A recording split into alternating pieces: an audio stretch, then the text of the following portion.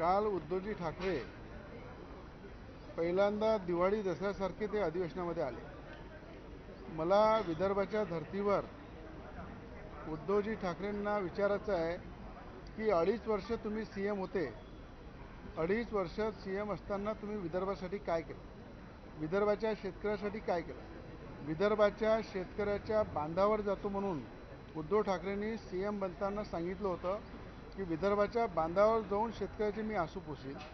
पर शेतकऱ्याचा बांध त्या काळामध्ये वाहून गेला, शेती वाहून गेली, घरं वाहून गेले, गुरंढोरं वाहून गेले, पण मुख्यमंत्री असताना उद्धव ठाकरे मातोश्रीच्या बाहेर निघाले नाही, कधी 2.5 वर्षामध्ये मंत्रालयाच्या कॅबिनमध्ये गेले नाही आणि दिवाळी दसऱ्यासारखे विदर्भाच्या अधिवेशनामध्ये येऊन या ठिकाणी देशाचे गृहमंत्री अमित शाह साहेबांवर बोलतात, राज्याचे मुख्यमंत्री देवेंद्र फडणवीस साहेब यांच्यावर बोलतात, एकनाथजी शिंदे शिवसेनेचे नेते त्यांच्यावर बोलतात।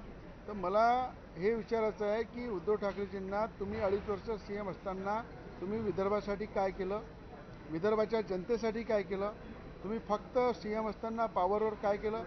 रवी राणा नवनीत राणाला जेलमध्ये टाकण्याचं काम केलं, नारायण राणे साहेबांवर अनेक कारवाया केल्या, नितेश राणेंवर कारवाया केल्या, देवेंद्र फडणवीस विरोधी पक्षनेता असताना त्यांच्यावर सुद्धा अरेस्ट करायची कारवाई त्यांनी सुरू केली होती। जर अशा देशाचं राजकारण उद्धव ठाकरेंनी पूर्ण पॉवरमध्ये 2.5 वर्षामध्ये केलं, म्हणून मी म्हटलं शिवसेनेचा वाघ हा जर पाहिलं तर एकनाथ शिंदेजी आहे आणि आज तेंदुळ्यासारखी परिस्थिती उद्धव ठाकरेंची झालेली। तर तेंदुळ्यासारखी परिस्थिती का झाली की जंगलामध्ये एकच वाघ राहू शकते, म्हणून आज तेंदुळ्याची जी परिस्थिती आहे ती उद्धव ठाकरेंची परिस्थिती आहे। म्हणून आज या ठिकाणी सभागृहामध्ये जेव्हा मी काल बोललो तर अनेक तेंदुळे उभे झाले। म्हणून माझं म्हणणं आहे की आज तुम्ही 2.5 वर्षात काय केलं, विदर्भाची जनता तुम्हाला हिशोब मागत आहे। नंतर त्यांनी मुख्यमंत्री आरोप केला पाहिजे, देशाचे गृहमंत्री अमित शहाजींवर आरोप केला पाहिजे, एकनाथजी शिंदेंवर आरोप केला पाहिजे। काल उद्धव ठाकरे जेव्हा साईन करत होते अधिवेशनामध्ये येऊन पहिल्यांदा आले ते त्या ठिकाणी साईन करताना असं वाटत होतं की राज्यपालासमोर साईन करत आहे। म्हणजे अशी परिस्थिती आहे की उद्धव ठाकरेंची की आज दिवाळी दसऱ्यासारखं त्यांना अधिवेशनात यायला वेळ मिळत नाही, लोकांचे प्रश्न मांडायला वेळ मिळत नाही। तर अशा प्रकारचं काम करणारा व्यक्ती तो विदर्भामध्ये येऊन विदर्भाच्या नेत्यांवर किंवा महाराष्ट्राच्या नेत्यावर टीका करू शकत नाही।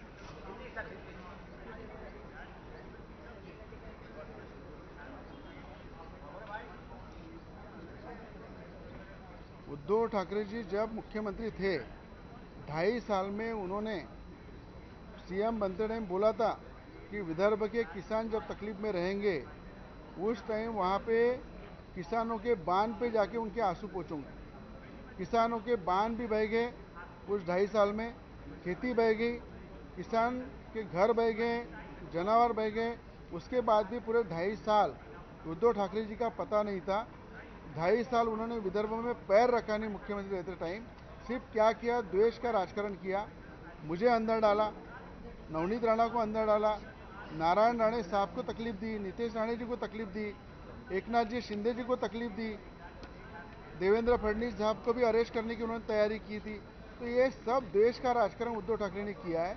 विदर्भ के आज यहाँ पे धरती पे अधिवेशन चल रहा है, अधिवेशन में आने को उनको टाइम नहीं है, किसानों के बारे में जनता के बारे में विषय रखने के लिए उनके पास टाइम नहीं है, और यहाँ आके मुख्यमंत्री पे टीका करते।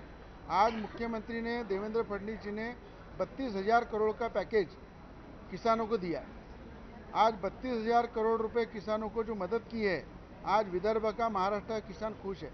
उसी तरह उन्होंने कर्ज माफ़ी का भी रणनीति शुरू की है, आने वाले टाइम में कर्ज माफ़ी भी किसानों की होने वाली है। पर आज यहाँ पे आके देश के गृहमंत्री अमित शाह जी, देश के गृहमंत्री अमित शाह जी, महाराष्ट्र के मुख्यमंत्री देवेंद्र फडणवीस जी, इनके ऊपर आके टीका करना, एकनाथ जी शिंदे जी के ऊपर टीका करना, ये उनको शोभा नहीं देता है। इसलिए उन्होंने 2.5 साल में क्या किया उसका हिसाब देना चाहिए।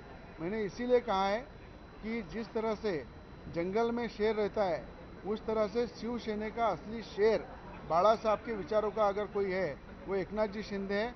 और तेंदुओं जैसी परिस्थिति उद्धव ठाकरे जी की हुई है, इसलिए तेंदुओं के बारे में जब बोला तो उस साइड के कई तेंदुए खड़े हो गए और बोलने लगे क्या बोला, तो मैंने यही बोला कि तेंदुओं जैसी परिस्थिति उद्धव ठाकरे की हुई है। सर सर सर काल sir sir sir sir sir pool 1 महिन्यापासून बंद आहे. मनपाने देखील पाणी गेली अजून सुरू झाला नाही. वाहतूक प्रभावित होते, काय सांगाल? राज्याचे मुख्यमंत्री देवेंद्र फडणवीस साहेबांनी 8 दिवसाआधीच त्याची बैठक घेतली. 50 कोटी रुपयापैकी 17 कोटी निधी मंजूर केला आणि त्या ठिकाणी पुलाचं लवकर टेंडर होणार आहे आणि काम चालू होणार. सर सर विजय वडेट्टीवार असे म्हणाले की नवनीत राणा यांच्या घरी 5-6 बिबटे सोडा. विजय वडेट्टीवार साहेबांना माझं म्हणणं आहे ते विदर्भाचे आहे. ज्या परिसरामधून ते निवडून येतात त्याच्या आजूबाजूला पण खूप बिबटे आहे. तर त्यांना असं वाटलं तर सरकारकडनं परमिशन द्या. 4 नाही 10 बिबटे रवी राणा पोसायला तयार आहे. आणि पुन्हा बिबट्याबद्दल मी सांगतो, जसं वनतारा आनंद अंबानींनी डेव्हलप केलं त्या धर्तीवर गौतम अडाणीजी असो आनंद अंबानीजी असो त्यांनी पुढे आलं पाहिजे आणि महाराष्ट्रामध्ये प्रत्येक जिल्ह्यामध्ये वनतारा डेव्हलप केलं पाहिजे. त्या ठिकाणी वनतारा डेव्हलप करून त्या ठिकाणी बिबट्याला सुरक्षित ठेवलं पाहिजे, जेणेकरून इथलं पर्यटनसुद्धा वाढेल आणि जनावरंसुद्धा चांगल्यापैकी सुरक्षित राहील. म्हणून आवाहन करतो की सरकारने त्यांना बोलवलं पाहिजे, त्यांना जिल्ह्यामध्ये जागा उपलब्ध करून दिली पाहिजे आणि वनताराच्या धर्तीवर आनंद अंबानी आणि गौतम अडाणींनी या ठिकाणी वनतारा डेव्हलप केलं पाहिजे.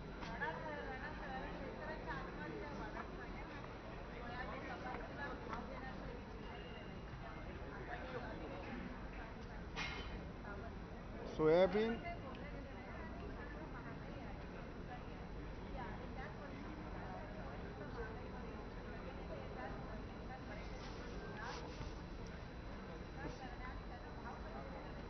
कसं आहे, महाराष्ट्रामध्ये पहिले मुख्यमंत्री आहे देवेंद्र फडणवीस यांनी 32,000 कोटीचा पॅकेज या ठिकाणी महाराष्ट्राला दिला आहे. निसर्गाने साथ दिली नाही.